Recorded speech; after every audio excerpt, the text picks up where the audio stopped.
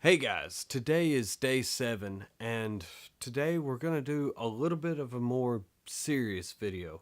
Just for today though. We'll get back to the awkward humor later. Uh Day 7, I wanted to tell you why I started a YouTube channel. And it's it's kind of a hard thing to explain. Uh Back when I first started watching retro gamers on YouTube, there were there were a lot. There really were. There were a lot then, but there were a few that really stuck out to me. Everybody liked AVGN. I got a big kick out of him. Pat the NES Punk. The Game Chasers had been out for a while at this point. 8-bit era. So on and so forth. But there was one YouTuber that I really liked, and that was JewWario. JewWario, he had this kind of, guerrilla film style to all of his videos, and he was so funny, and the it was kind of an awkward humor, and I love awkward humor, and it was a little forced every once in a while, make you go, ugh, I don't want to laugh at that, but it's still funny. But he genuinely seemed like he had a heart of gold. He really did. And watching his videos, you always felt like you were part, like you were just sitting there hanging out in his living room, playing games. And he had this series called You Can Play This. And he was really one of the first guys I ever saw, tackle that kind of subject. And it was, playing import games here in America, knowing absolutely no Japanese. And that was one of the things I always wanted to do. I wanted to play import games, but I didn't know Japanese.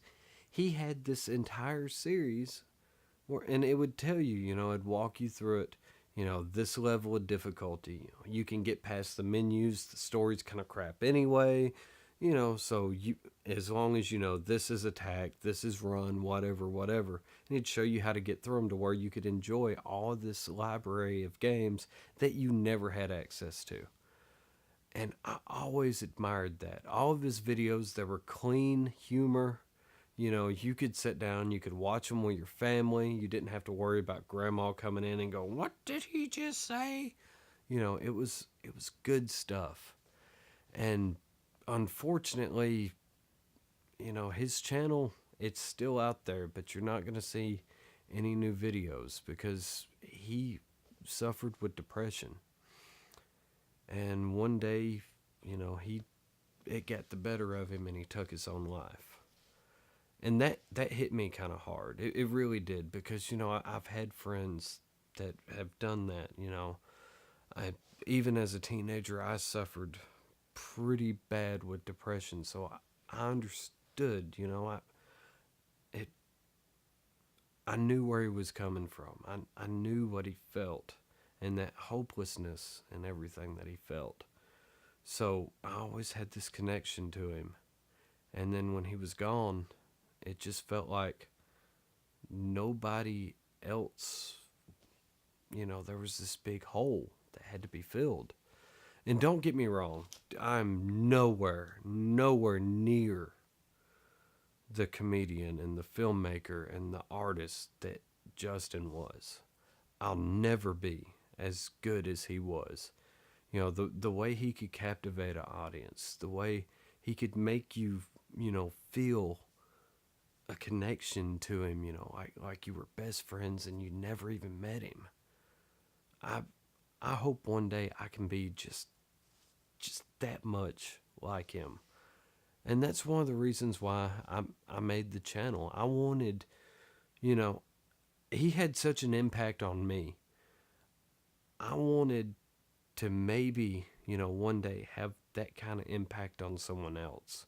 If I could brighten somebody's day and maybe throw a little humor in there, maybe learn something along the way, that's a benefit. And that's all I've ever really wanted to do on the channel. I want to have some fun. I want to meet some friends. I want to make your day a little bit better afterwards, after watching, a 2-3 minute video than it was beforehand. and then you can go back to whatever you were doing before. And like I said, he'll never be back. He can't come back. But I know somewhere out there, he's out there, and wherever he is, he's making people laugh. He's making friends still. And yeah, I kind of went weird here, but long story short, if you guys feel like you're on the edge, if you feel like no one out there gets you, you're not alone. Believe me, everybody feels this way from time to time. Everybody gets depressed. And I'm here. You may not believe it, but I'm here. You need somebody to talk to, you can call me. If you're not comfortable, call somebody. Tell somebody.